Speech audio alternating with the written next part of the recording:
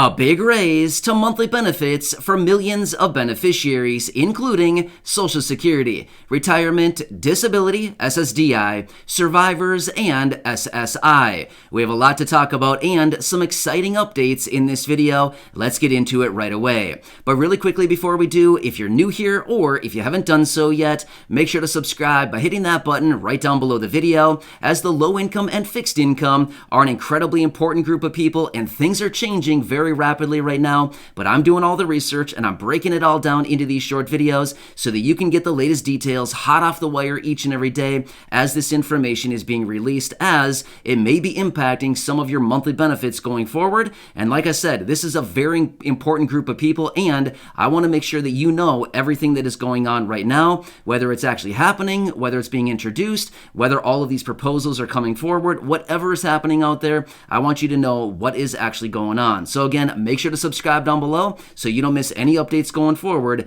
Thanks again for your support. Let's jump right into the video. All right, it has been a long time coming here, but the word out there right now is that within a matter of just weeks from now, Congress may be bringing a couple key important pieces of legislation to the floor in the House of Representatives, and they may be opening these things up for debate, which would actually be a really, really good thing, because these pieces of legislation do actually contain some pretty nice raises and benefits for millions of beneficiaries receiving those benefits that I mentioned at the beginning of the video. Now, by the way, these benefits encompass about 70 million beneficiaries between retirement benefits, SSDI, survivors, and SSI, about 70 million people. So that's a lot of people right there, and these individuals are very, very important. So we've got to continue watching all these benefits very closely. Now, the timing on this, again, would be a little bit better if it would have been a few months ago, but the deal is, I guess late is better than never, especially with the time right now that we're in, where prices continue to rise very rapidly. Inflation is digging into everybody's money right now. The benefits are not going as far, so the timing on this could not be better, but realistically, it would have been better several months ago, but I guess late is better than never.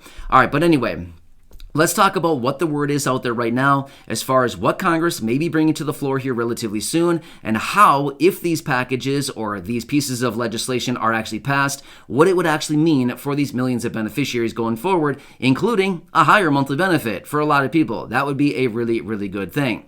All right, so all of this is revolving around two key pieces of legislation. Number one, the Social Security 2100, introduced by John Larson, and the SSI Restoration Act, which was introduced by a handful of Democratic senators. Now, both of these pieces of legislation would be really, really good if enacted and provided that Congress actually does get these passed through.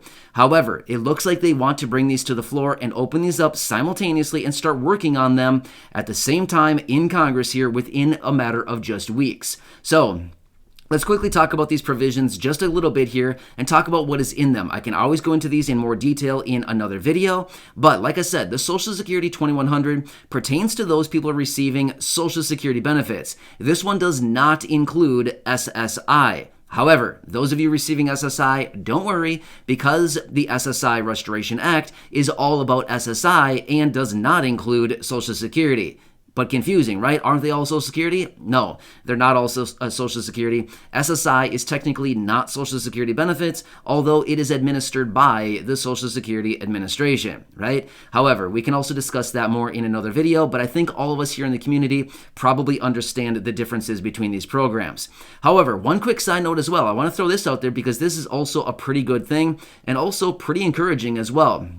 So just a few weeks ago, Elizabeth Warren, who happens to be a Democratic senator, was out mentioning the SSI program and the importance behind the SSI Restoration Act. She also mentioned that 40% of these beneficiaries receiving SSI are living in poverty. Well, okay, that might be accurate, but I honestly believe that number is much, much higher than just 40%, because as a result of the SSI program, your income is very limited. In fact, it's very low as a result of that program. If you're receiving SSI, supplemental security income, your income pretty much needs to be below the poverty line in order to be eligible for these benefits.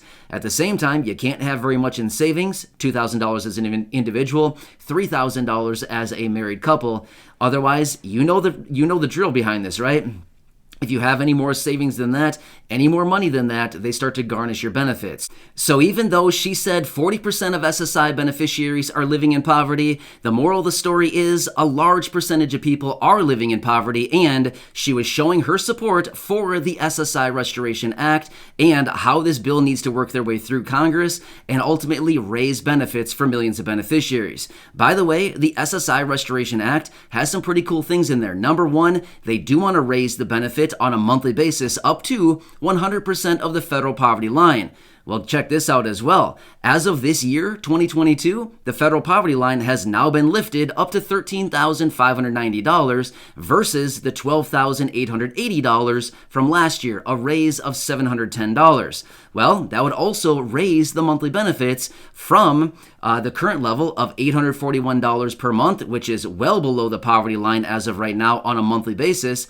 Last year, the federal poverty line would have been $1,073 each and every month, to raising it up now to $1,132 each and every month. Now, who knows if they'll actually raise it up to the new federal poverty line on a monthly basis, or if they'll come forward and say, oh no, it has to be the line from last year, which is the $1,073. Regardless of how we cut it, it would still be a potential raise of anywhere between $232 per month for SSI beneficiaries from the current maximum level of $841 per month right now, or possibly even up to $291 each and every month. So you'd be looking at a pretty substantial raise on an ongoing monthly basis. By the way, it'd be about 30% of a raise for SSI. So that'd be pretty big for a lot of people. I mean, that would be huge, right? That'd be kind of a game changer. Although at the same time, we can all recognize at the same time that the benefits are still much, much lower than where they really need to be for many, many people, especially with elevated prices on literally everything right now. Now, let's take a couple minutes here, or a little bit of time anyway, and talk about the Social Security 2100. Now, this is one that John Larson, who is a Democratic representative, has been introducing for several years now. However, as of right now, this bill, or this piece of legislation, already has over 200 co-sponsors in the House of Representatives. It has a lot of support.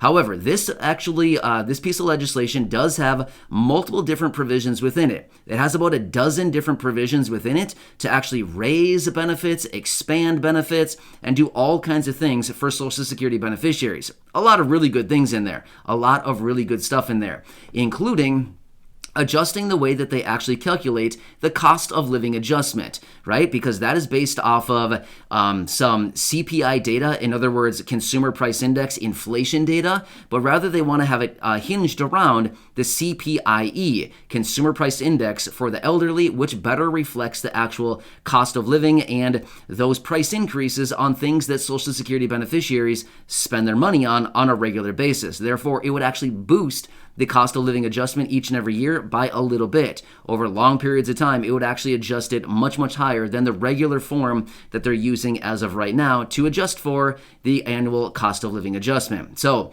that is another really good thing in there as well.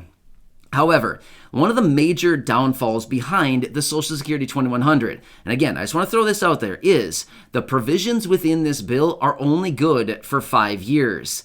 Yeah, so there'd be like a sunset period after 5 years where these provisions would just phase out. Well, that's not very good. Even though they'd be going into effect and they'd be there for 5 years, that'd be pretty nice. But at the same time, after that 5-year period, they all kind of just fall away. Well, here's what's the kind of the strategy behind this, is they want to implement this, the Social Security 2100, in the event that Congress will come forward within this 5-year period and actually extend these out for a longer time frame, or come in and reform the Social Security program to actually reform it and actually make sure that it is solvent for many more years to come and that these benefits are actually lifted for these millions of beneficiaries. So essentially what they would do is basically come in and implement the Social Security 2100 for 5 years until these benefits kind of start phasing out at that time frame, and then it would give Congress a little bit more of a runway to kind of get things done here over the short term. 5 years is basically what it would give them, even though, Congress technically has pretty much all the time that they want if they really wanted to, but essentially it would give them a little bit more time where all these benefits would be impacted in a positive way for Congress to actually get something done more substantial for a permanent basis. Now, here's another thing that's kind of cool. about the SSI Restoration Act, the one that we talked about just a minute ago. That would actually be permanent benefit raises and actually permanently adjusting the the SSI program, the Supplemental Security Program. So that would actually be a really good thing right there, is those would be actual permanent benefit raises and things like that. So a lot of really good stuff in that one as well. But anyway, it has been a long time coming here, but between these couple different provisions and pieces of legislation, we may be looking at some pretty substantial raises to monthly beneficiaries ongoing for a long time here, and the raises would be pretty substantial for a lot of people. So it's pretty encouraging here. So of course, just like so many other things out there right now, all we can really do is continue to wait and watch Congress to see what they do going forward, and if/when they actually bring these pieces of legislation to the floor and they start working on them to ultimately raise the benefits and better adjust for the living situations for millions of people out there relying on these benefits. So again, just like everything, I will continue to watch it very, very closely. As I do get more information, of course, I'll be right back here for you with those details, and I'll break it all down and let you know what is going on. But it's encouraging that they are finally actually discussing bringing this to the floor and opening these things up for debate, and hopefully getting these things through to actually raise the quality of life for millions of people who rely on these benefits for the vast majority of their monthly income. A lot of good stuff out there floating around right there. But we just need Congress to actually do something and actually take action on all of these pieces of legislation that are floating around out there. Either way, just like always, I'll continue watching it. As I do get more information, I'll bring it to you in these short videos and break it all down to help you out in any way that I possibly can. So again, make sure to subscribe down below if you haven't done so yet. It's totally free to do so, and I'll continue to be here for you with these updates. Also, feel free to share this video or any others here on the channel with your friends, family, social media, and go back and check out any of the other 2,300 plus videos right here on the channel. Enjoy your day. Thanks so much for watching, and I will catch you again later in the next video. I'll see you for now.